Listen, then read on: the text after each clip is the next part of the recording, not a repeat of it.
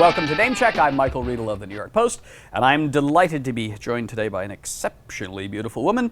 Antonique Smith is an actress, a singer, and a writer, and she is about to open in a new movie here in New York called Yelling to the Sky. Yes. Welcome to Name Check. Thank you. Nice to see you. Nice to see you too. All right, give us a sense about what this movie is about, Yelling to the Sky, and the character you're playing in it. Yelling to the Sky is crazy drama. Zoe Kravitz plays my sister. Fine actress. Yes, beautiful. She's 17, I'm 20, she's in high school. Our parents are crazy. We're really severely impoverished, but based on the home environment and the neighborhood, it's like I end up not making proper choices. I just don't deal with things properly. I don't want to give that away either. It's all really kind of that good drama that you just get to. Where's it set? What's the neighborhood? New York. Oh, what part we of shot New York? in Hollis, Queens. Oh, really? Really? So you shot on location right here? Yeah. Interesting. And it's funny because the set was cold and we were in it. It was no trailers. Like we felt like we were in. Yeah, it wasn't the regular movie situation. Independent movie, right? It was independent. So the bond of just us freezing in a warehouse is where we hung out at, up the street from the home. And the home was, they made sure it looked super beat up, and it was cold too. So just the environment really just threw us into the real feel of what these characters were going through in life. Stick with the studios, darling. They give a very big trailer from time to time. You get those good gritty roles though with the endings. Yeah, I think that's right too. I was just going to ask you that. I mean, these studio movies tend to be these franchise kind of things, but you're a serious actress. Right. So if you're going to go that route, you're going to have to do movies which are about human beings and not cartoon characters. Right. Which, I'd like to do both. I want to do a little bit of everything. I consider myself versatile. But this was so cool to just really be able to dig into a character with a lot of meat. Like, she had a lot of layers. Right. And you'll see in the beginning where I am, it's not going to be where I am at the end. There's an arc. And we've got a clip from the movie. Just set the little scene up for us, if you would. Well, because of the situation, we all feel kind of stuck where we are, but I have a car, and my car is like my freedom. It's my only freedom, and my sister wrecks it. You're lit. I'll pay you back every penny, okay? Is it drivable?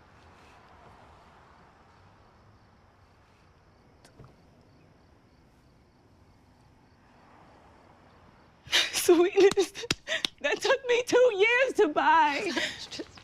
You're standing too close.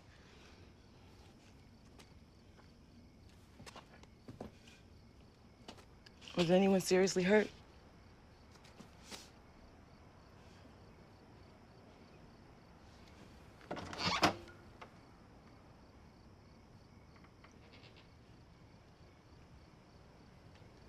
Come on. Walk past me, fearless. I'm never going to wreck anything of yours, darling, believe me. Yeah, I told you I don't quite deal with things properly. Now,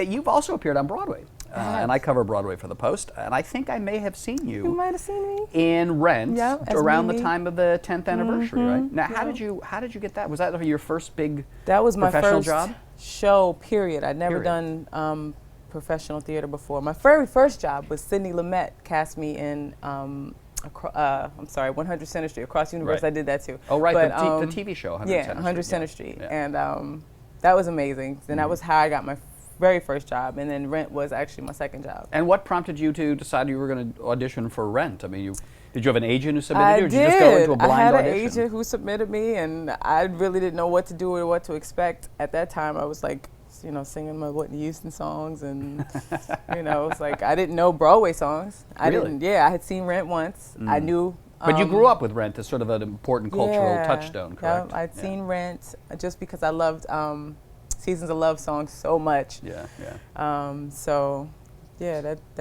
was amazing.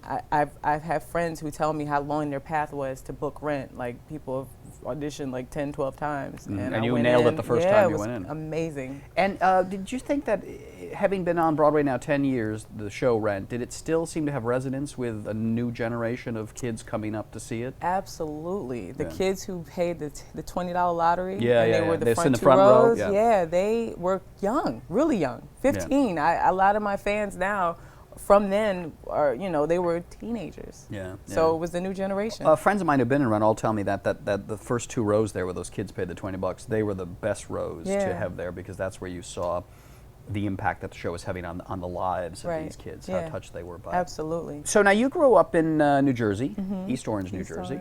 Was it a upper middle class, comfortable upbringing, or It was did you in have a hood. It was a hood, a bit like Yelling to the Sky. No, I wasn't that bad. Yeah, because you'll see, Yelling to the Sky it's bad. Yeah.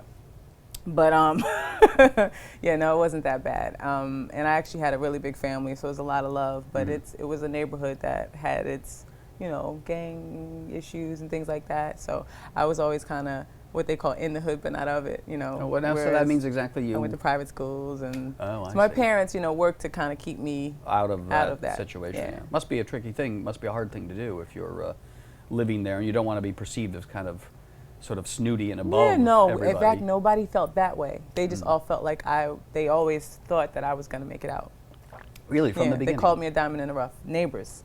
Really? Guys, even the guys around the neighborhood. Yeah. The tough guys who were in the gangs called you a diamond. Is this because, I guess, because you were beautiful, or because you had this tremendous singing talent right off the bat? I don't know. I don't really know what made them see me as something kind of different around there, but I love to go. I'm when I go back, when I visit, I stay there. Yeah, I know. You say you live in California, but when you come here, you stay with stay the with parents. my family. Yeah. So, and you go back and see the old the gang. Neighborhood. I'm in the neighborhood. Yeah. And here's the diamond, baby. All love. They know me from Notorious, and I saw you on TV. So it's like all this pride around there. It's really cool to go back. Yeah. Now I understand that from a very early age, you had ambitions to be a performer. Since I was like 3. Really? Yeah. Do you have any idea where that came from? Is it someone you saw, or someone you identified with? 3? I don't know where that came from. Like I wanted to be a star when I grew up, and I don't even know if I really knew what that meant.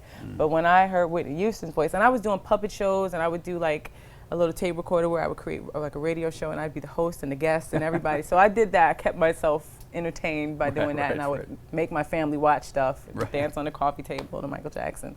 But when I heard Whitney's voice, that made me want to sing. How did you feel as you began to watch her life unravel so messily, so horribly? It was so sad to me because she had one of the greatest voices that God has ever given a human being ever. Yeah.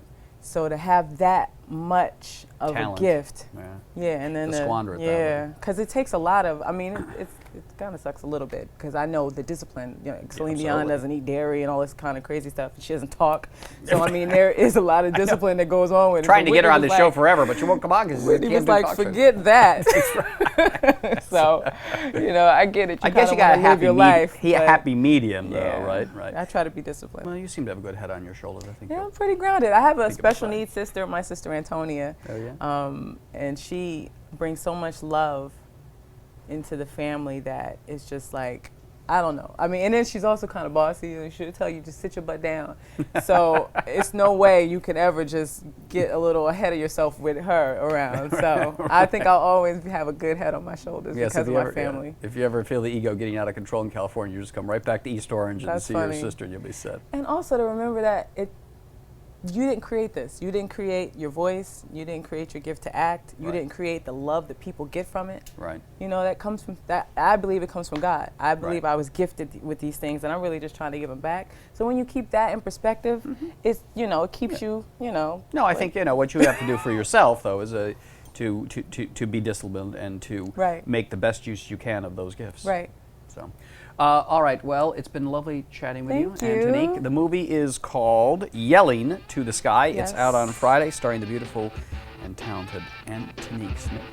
Thank you very much for being my guest on the Name Check. Thank you. I'm Michael Riedel, and we will see you next time.